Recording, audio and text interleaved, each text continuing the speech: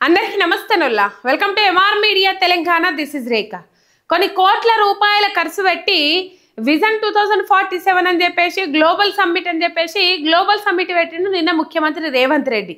పాపం అనుకున్నదొక్కటి అయింది ఒక్కటి, బోల్తా కొట్టిందిలే బుల్ బుల్ పిట్ట అని చెప్పేసి ఒక పాట ఉన్నది కదా.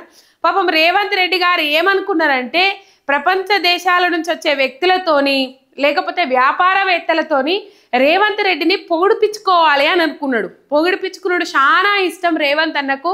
అసలు పని చేయకున్నా కానీ పొగడాలి అన్నాడు. ఎప్పుడు పొగుడుతానే ఉండాలి, ఎప్పుడు భజన చేస్తానే ఉండాలి, ఎప్పుడు చిడతలు పట్టుకొని వాయిస్తానే ఉండాలి. గట్ల అయితే ఇష్టం అనిపిస్తుంది రేవంత్ అన్నకు. కానీ ఇక మొత్తం మీద పాపము ఏం చెప్పాలి ఇక్కడ అంటే ఒక ఊహించని షాక్ తగిలిందని చెప్పుకోవాలి. ఊహించని షాక్ అంటే ఊహించని షాక్ తగిలిందనే చెప్పుకోవాలి. ఈ గ్లోబల్ సమ్మిట్కు దాదాపు 150 దేశాలు 150 మంది వ్యాపారవేత్తలు అండ్ 18 దేశాల నుంచి సీఎంలు సోనియా గాంధీ, రాహుల్ గాంధీ, ప్రధానమంత్రి నరేంద్ర మోడీ వీళ్ళందరూ హాజరుపడతారని చెప్పేసి అంగు ఆర్భాటాలతోని ఫ్యూచర్ సిటీ అని చెప్పేసి పెద్ద ఎత్తున ఖర్చులు పెట్టుకుంటా తెలంగాణ ప్రజల మీద రుద్దిండు రేవంత్ అన్న ఈ భారం. ఈ గ్లోబల్ సమ్మిట్లో భాగంగా ఈ మెస్సీతోని ఫుట్బాల్ ఆడడానికి, కేవలం ఫుట్బాల్ ఆడడానికి 100 కోట్ల రూపాయల మీదనే ఖర్చు పెడతా ఉన్నాడు. మరి మెస్సీకి 100 కోట్ల రూపాయలు ఖర్చు పెట్టి ఫుట్బాల్ ఆడడం వల్ల రాష్ట్రానికి ఒరిగేది ఏమన్నా ఉన్నదా అంటే పెద్ద గుండు సున్నా, మన నెత్తిలో ఇంత బురద, అంతకు మించి ఏమీ లేదు. ఫుడ్ కావాలని చెప్పేసి గిన్నెలు పట్టుకొని అడుక్కుంటా ఉంటే నేను ఫుట్బాల్ ఆడతా అని చెప్పేసి 100 కోట్ల రూపాయలు ఏమంటారు ఉట్టిగా అప్పనంగా ఖర్చు పెడతా అంటాడు ముఖ్యమంత్రి రేవంత్ రెడ్డి. ఇటు పోతే వాళ్ళ ఇంటి పక్కపు MCHRD గ్రౌండ్లా ఏర్పాట్లు చేయించుకుంటాడు. 100 కోట్లు పెట్టి ఇక్కడ ఫుట్బాల్ ఆడతాడు. 5 కోట్లు పెట్టి పక్కకు హెలిప్యాడ్ పెట్టించుకుంటాడు. 5 కోట్ల రూపాయలు ఖర్చు పెట్టి ఆ ఫుట్బాల్ ఆడడానికి కావాల్సిన ఫెసిలిటీస్ అన్ని కల్పించుకుంటాడు. ఇట్లా వేసుకుంటా పోతా ఉన్నాడు.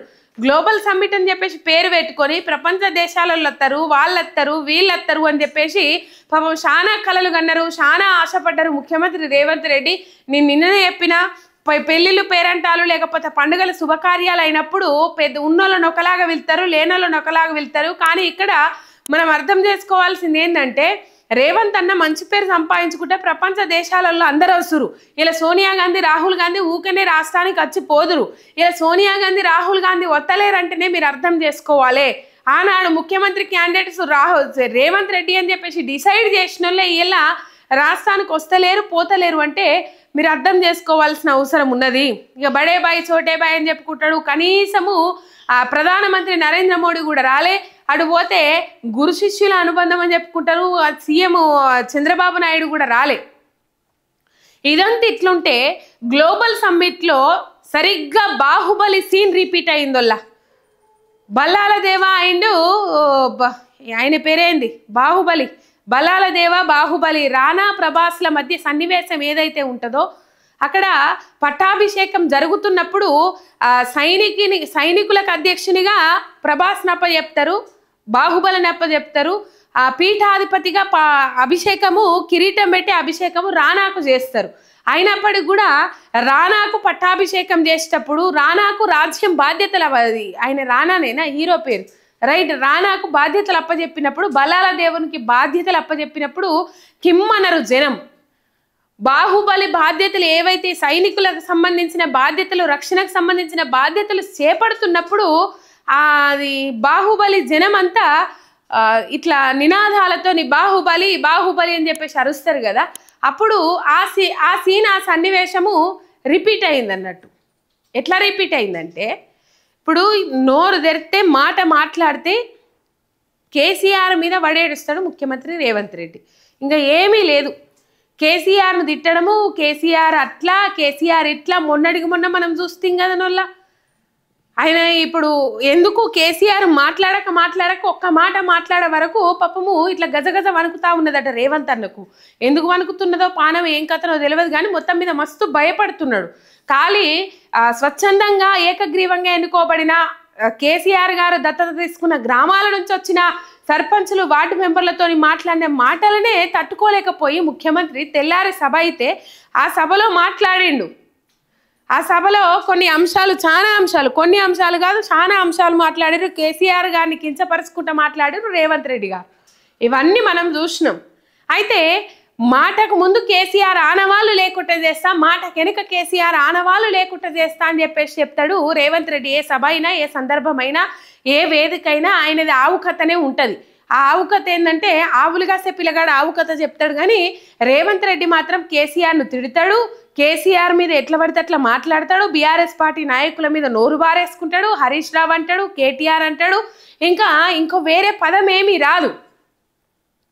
కాబట్టి ఇలా కేసీఆర్ పేరు వినబడకుండా చేస్తా అని చెప్పేసి కేసీఆర్ హయాంలో అమలు చేసిన పథకాలు ఏవైతే ఉన్నాయో అవన్నిటిని అటకెక్కించి కేసీఆర్ హయాంలో అమలు చేసిన పథకాలు ఏవైతే ఉన్నాయో వాటి పేర్లను మార్చి ఇగో నేను ఇస్తా అని చెప్పేసి రైతు బంధు ఉంటే రైతు భరోసా పెట్టిండు, కేసీఆర్ కిట్ ఉంటే ఆ కేసీఆర్ కిట్ను మూలకు వాడేసిండు, దళిత బంధు ఉంటే దళిత బంధు మూలకు వాడేసిండు, డబల్ బెడ్రూమ్ ఇండ్లు ఉంటే డబల్ బెడ్రూమ్ ఇండ్ల పేర్లు ఇందిరమ్మ పేర్లు అని చెప్పేసి కేసీఆర్ హయాంలో కట్టిన డబల్ బెడ్రూమ్లకు కూడా ఇందిరమ్మ కలర్లు వేసి 3 రంగుల కలర్లు వేసి డిస్ట్రిబ్యూషన్ చేసిండు కొన్ని జాగలల్లా.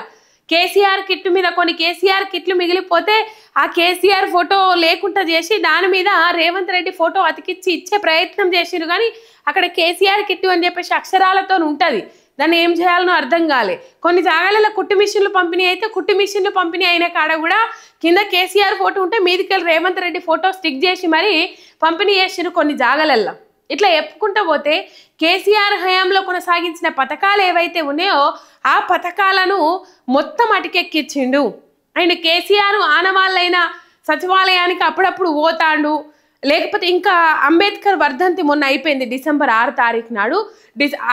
అంబేద్కర్ జయంతికి అంబేద్కర్ స్టాచ్యూ ఏదైతే ఉన్నదో 125 అడుగుల విగ్రహం ఏదైతే ఉన్నదో ఆ విగ్రహానికి కనీసం పూలమాలలు వేయడు, నివాళులు అర్పించడు. ఎందుకంటే క్రెడిట్ గోస్ టు కేసీఆర్ హయాంలో ఈ విగ్రహం స్థాపించబడ్డది అని చెప్పేసి. కేసీఆర్ ప్రపంచంలోనే అత్యంత పెద్దదైన లిఫ్ట్ ఇరిగేషన్ ప్రాజెక్టు కట్టి పేరు తెచ్చుకున్నాడు అని చెప్పేసి కాళేశ్వరం ప్రాజెక్టు మీద ఏడుపు మొదలుపెట్టిండ్రు. ఇప్పుడు వచ్చేది తెలంగాణ రాష్ట్ర రైతుల పంటలకు వచ్చేటివి కూడా కాళేశ్వరం నీళ్ళే. ఇట్లా చెప్పుకుంటూ పోతే ఎన్నో ఉన్నాయి. కేసీఆర్ పేరున పడద్దు ఆయనకు. అంతెందుకు, అధికారిక వెబ్సైట్లు ఏవైతే ఉంటాయో ఆ వెబ్సైట్ల నుంచి కేసీఆర్ హిస్టరీ కానీ లేకపోతే ఉద్యమ చరిత్ర కానీ తెలంగాణ చరిత్ర కానీ మొత్తం తీసేసిండ్రు. ఈ ఉద్యమ ద్రోహులందరూ ఏకమై ఇలా తెలంగాణ రాష్ట్రాన్ని ఆగం చేయాలని చూసుకుంటా కేసీఆర్ ఏదైతే 2001 నుంచి తెలంగాణ తల్లి విగ్రహము అని చెప్పేసి తెలంగాణ రాష్ట్ర వ్యాప్తంగా ప్రజలందరూ కొలుసుకుంటా ఒక శక్తిగా మనల్ని ముంగడికి నడిపిస్తా ఉన్నది అని చెప్పేసి తెలంగాణ తల్లి ప్రతిమను మనసులో అనుకొని ఊరూరా స్వచ్ఛందంగా పైసలు గలేసుకొని తెలంగాణ తల్లి విగ్రహాలు పెట్టుకుంటే ఇలా ఆమె తెలంగాణ తల్లి కాదు, నేను క్రియేట్ చేసిందే తెలంగాణ తల్లి అని చెప్పేసి ప్రజల మీద రుద్దే ప్రయత్నం చేస్తా ఉన్నాడు. మొత్తం మీద నగలు, కిరీటము, వడ్డానము, ఆభరణాలు ఏవైతే ఉంటాయో అవి మొత్తం తీసేసి మొత్తము ఏమీ లేని తెలంగాణ తల్లి అని చెప్పేసి ఈయన కాంగ్రెస్ తల్లిని పెట్టిండు. నిన్న వర్చువల్గా కలెక్టరేట్ కార్యాలయాలల్లో ఓపెనింగ్ కార్యక్రమాలు కూడా పెట్టుకున్నాడు. ఇట్లా చెప్పుకుంటూ పోతే టీఎస్ అని పెడితే దాన్ని టీజీగా మార్వడము, ఇటు నెంబర్ ప్లేట్ల మీద మార్వడము, పోలీసు బండ్ల మీద మార్వడము, పోలీసు వాహనాల మీద మార్వడము, తెలంగాణ చిహ్నం ఏదైతే రాష్ట్రీయ చిహ్నం ఉందో దాన్ని మార్చడానికి ప్రయత్నాలు చేయడము. ఇలా ఒక ముచ్చట చెప్పాలి మీకు. తెలంగాణ అంటే చారిత్రాత్మకం అని చెప్పేసి గ్లోబల్ సమ్మిట్లో భాగంగా హైదరాబాద్ మహానగర వ్యాప్తంగా ఒక పోస్టర్లు, ప్లకార్డులు, పిల్లర్లకు ఏడవైన గవ్వే కనబడతా ఉన్నాయి అడ్వర్టైజ్మెంట్ల కింద. అడ్వర్టైజ్మెంట్లకు ఖర్చు అంతా ఇంత కాదు, రేవంత్ రెడ్డి సర్కార్ వెచ్చించింది, రేవంత్ రెడ్డి సర్కార్ పెట్టింది. మళ్ళీ అదంతా ఎవరి మీద రుద్దుతారంటే మన మీదనే. మన ముఖం గాలి మనమే కట్టుకోవాలి అవన్నీ మనం. కానీ మొత్తం మీద చార్మినార్ ఫోటో పెట్టేసి చారిత్రాత్మకము, హైదరాబాద్ అంటే ఒక చారిత్రాత్మకము, తెలంగాణ అంటే ఒక చారిత్రాత్మకం అని చెప్పేసి అక్కడ చేసుకున్నాడు. ఇంకా తెలంగాణ అంటే విజను, తెలంగాణ అంటే కనెక్టివిటీ, హైదరాబాద్ అంటే కనెక్టివిటీ, ఇట్లా కొన్ని అన్నీ పెట్టుకుంటూ పోయిండు. ఒక పిల్లర్లో నేను చూసింది ఏంటంటే చార్మినార్ బొమ్మ ఏదైతే ఉంటుందో ఆ బొమ్మ వేసి తెలంగాణ అంటే చారిత్రాత్మకం అని చెప్పేసి పెట్టిండు. మరి అటువంటి చరిత్రను ఇలా తెలంగాణ చిహ్నంలో లేకుండా చేయాలని చూస్తా ఉన్నాడు, కాకతీయ కళాతోరణం లేకుండా చేయాలని చూస్తా ఉన్నాడు, చార్మినార్ పటాన్ని ఆ తెలంగాణ రాష్ట్ర చిహ్నంలో లేకుండా చేయాలని చూస్తా ఉన్నాడు. కొన్ని జాగాలలో కొత్తగా ముద్రించిన ఏదైతే చిహ్నం ఉన్నదో ఆ చిహ్నం పెట్టి కూడా కొన్ని కార్యక్రమాలు నడిచినాయి. అధికారికంగా ప్రకటించకపోయినప్పటికి కూడా కొన్ని యూనివర్సిటీల బోర్డులకే డైరెక్ట్ కొత్త ఏదైతే చిహ్నం ఉన్నదో ఆ చిహ్నం పెట్టిన పరిస్థితుల సందర్భాలు కూడా మనం చూసినాం. తెల్లారి వరకు మళ్ళీ బోర్డులు తిప్పేసినాయి. కానీ అయితే కేసీఆర్ పేరు వినబడకుండా చేయడానికి ఎన్నో ప్రయత్నాలు చేసిండు. కానీ ఎదురుంగనే కూర్చొని కేసీఆర్ అభివృద్ధిని పొగుడుతున్న వాళ్ళను చూస్తా అంటే నిన్న గ్లోబల్ సమ్మిట్లో రేవంత్ అన్నకు పుండు మీద కారం చల్లినట్టయి దెబ్బకు ముఖం మార్చుకున్నాడోళ్ళ. మళ్ళీ పొగిడిన వాళ్ళు అట్లాంటి వాళ్ళు ఇట్లాంటి వాళ్ళు కాదు. ఆర్బీఐ మాజీ governor Duvvuri Subbarao and UK మాజీ ప్రధాని టోనీ బ్లెయిర్ అని చెప్పేసి పొగిడిండ్రు. ఇంకా చాలా మంది పొగిడిండ్రు. కేసీఆర్ అభివృద్ధిని పొగిడిండ్రు. 10 ఏళ్లలో మనం ఏ విధంగా నిజంగా కొత్తగా ఏర్పాటైన రాష్ట్రం కదా, బుడిబుడి అడుగులేస్తున్న రాష్ట్రం కదా, బుడిబుడి అడుగులేస్తున్న రాష్ట్రాన్ని ఏకంగా లేచి నిలబడేటట్టు చేసిండు కేసీఆర్. ఇది ఎవరు ఒప్పుకోకపోయినా దేశంలోనే ఎన్నో అవార్డులు సాధించిన ఘనత తెలంగాణ రాష్ట్రానిది. ఇలా పాపము రేవంత్ రెడ్డికి కేసీఆర్ సాధించిన వృద్ధిని, కేసీఆర్ చేసి పెట్టిన అభివృద్ధిని చూడబుద్ధి గాక ఓర్చుకోలేక ఏమో చేయాలని చెప్పేసి కేసీఆర్ ఆనవాళ్ళు లేకుండా చేస్తా అని చెప్పేసి మొత్తుకుంటున్నాడే కానీ కేసీఆర్ చిహ్నాలను చెరిపివేయడం ఎవరితరం కాదు, కేసీఆర్ ఆనవాళ్ళను తీసేయడం ఎవరితరం కాదు, కేసీఆర్ అభివృద్ధిని మర్చిపోవడము ఎవ్వరి తాతల తరం కాదు అని చెప్పేసి నిన్న గ్లోబల్ సమ్మిట్లో కొంతమంది మేధావులు కేసీఆర్ అభివృద్ధిని పొగిడిన దాన్ని బట్టి రేవంత్ రెడ్డికి అర్థం కావాలి, అర్థమైంది కూడా. 2 ఏళ్ల నుంచి ఆయన చేసింది ఏముందోళ్ళ, కేసీఆర్ పేరు లేకుండా చేస్తా, కేసీఆర్ పేరు వినబడకుండా చేస్తా, కేసీఆర్ ఆనవాళ్ళు లేకుండా చేస్తా అని చెప్పేసి మొత్తుకున్నాడు. కానీ చేయగలిగిండా? రేవంత్ అన్నను పొగిడిపించుకోవడం కోసం పెట్టుకున్న ఒక్క సభలో, ఒక గ్లోబల్ సమ్మిట్లో ఆయనను పొగిడేటోళ్ళు రాకపోయినప్పటికి కూడా నిజంగా కేసీఆర్ను పొగిడేటోళ్ళు కాదు, ఇది వాస్తవం. దేశంలో నెంబర్ 1గా చాలా రంగాలల్లో తెలంగాణ రాష్ట్రాన్ని నిలబెట్టి చూపెట్టిండు కేసీఆర్. ఇలా 2 ఏళ్ళ తెలంగాణ రాష్ట్రం పరిస్థితి ఏంది? రియల్ ఎస్టేట్ డౌను, వ్యాపారాలు డౌను, మార్కెట్లో పైసలేదు, జిఎస్డిపి వృద్ధి రేటు డౌను, ప్రతి ద్రవ్యోల్బణం, తలసరి ఆదాయం డౌను, అన్ని రంగాలలో వెనుకబడిపోతా ఉన్నాం. ఒక్కసారి మీరు ఆర్బీఐ మాజీ గవర్నర్ దువ్వూరి సుబ్బారావు గారు అండ్ యూకే మాజీ ప్రధాని టోనీ బ్లెయిర్ పొగిడిన మాటలను మీరు చూడాలి. అండ్ దానికంటే ముందుగా రేవంత్ రెడ్డి ఏమన్నాడు అనేది కూడా ఆ వీడియోలలో వస్తే ఒకసారి చూడరు మీరు.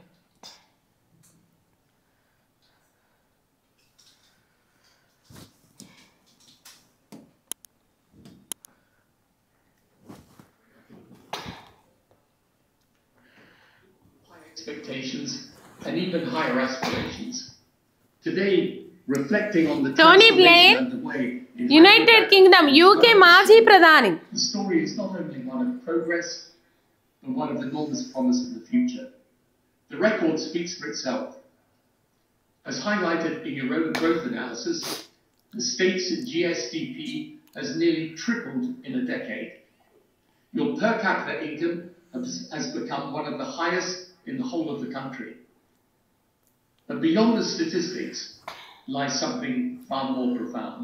Right. యూకే మాజీ ప్రధాని ఏం చెప్తా ఉన్నారంటే తెలంగాణ రాష్ట్రం 2014లో ఏర్పాటైన ఒక కేవలము 10 ఏళ్లలో జిఎస్డిపి వృద్ధి రేటు 3 ఇంతలు పెరిగింది. పర్ క్యాపిటా ఇన్కమ్ దేశంలోనే మొదటి స్థానంలో నిలిచింది. తలసరి ఆదాయంలో తెలంగాణ రాష్ట్రము దేశంలోనే నెంబర్ 1 స్థానంలో నిలిచింది. ఒకప్పుడు ఎంతో వెనుకబడి ఉన్న రాష్ట్రం ఇప్పుడు ఒక టెక్నాలజీ, అగ్రికల్చర్ లాంటి ఎన్నో రంగాలలో ఉన్నత స్థాయిలో నిలిచింది. తెలంగాణలో సమ్మిళిత అభివృద్ధి జరిగింది.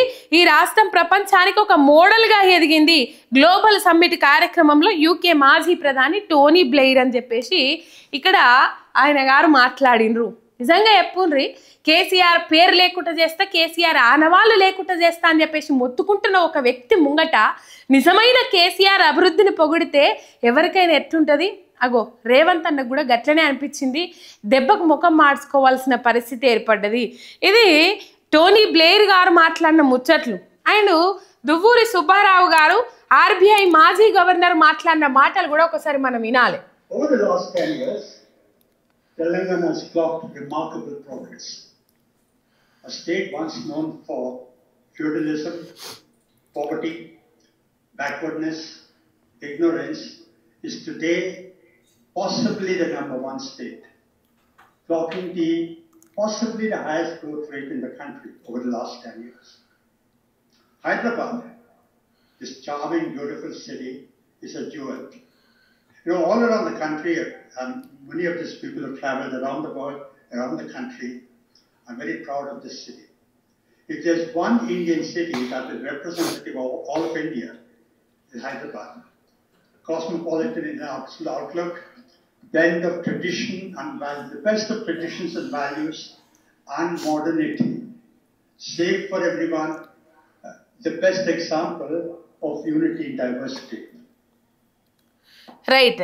తెలంగాణ వాస్తవ ఇది కూడా ఇనేది పనిలో పని చెప్తా. తెలంగాణ अगर आगे तरक्की करना है, हम भी गुजरात जैसा हम आगे जाना है, तो यहाँ पर आपकी मदद जरूरी है.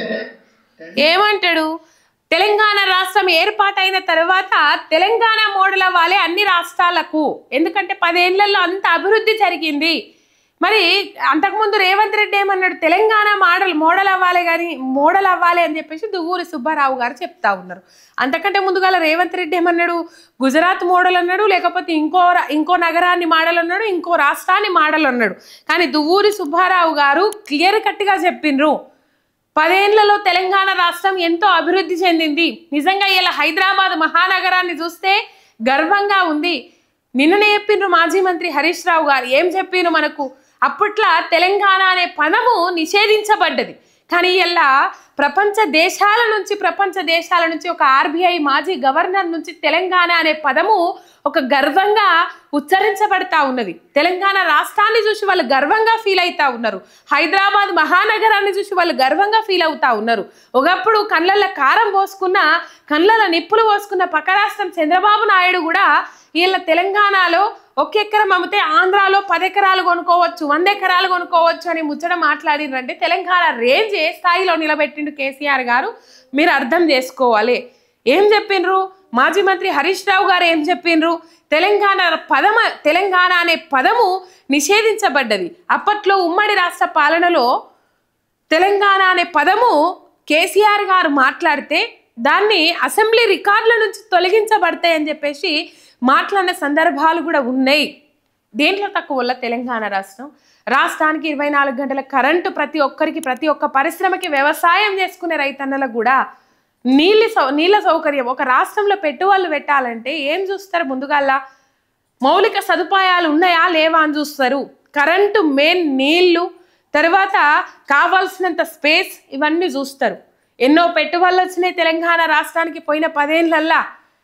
ఇలా అంటే కేసీఆర్ పేరు లేకుండా చేస్తా, అంటే కేసీఆర్ పేరు లేకుండా చేస్తా అని చెప్పేసి దేశం ఇలా మన తెలంగాణ రాష్ట్రాన్ని రీచ్ కావాలంటే ఇంకో 7 సంవత్సరాలు పడుతుంది అని చెప్పేసి ఇంకొక ఆయన కూడా మాట్లాడుతూ ఉన్నాడు. ఇలా తెలంగాణ రాష్ట్రాన్ని దేశం రీచ్ కావాలంటే దేశంతో మనం పోటీ పడతలేం, మన తెలంగాణ రాష్ట్రంతో దేశం పోటీ పడుతుంది.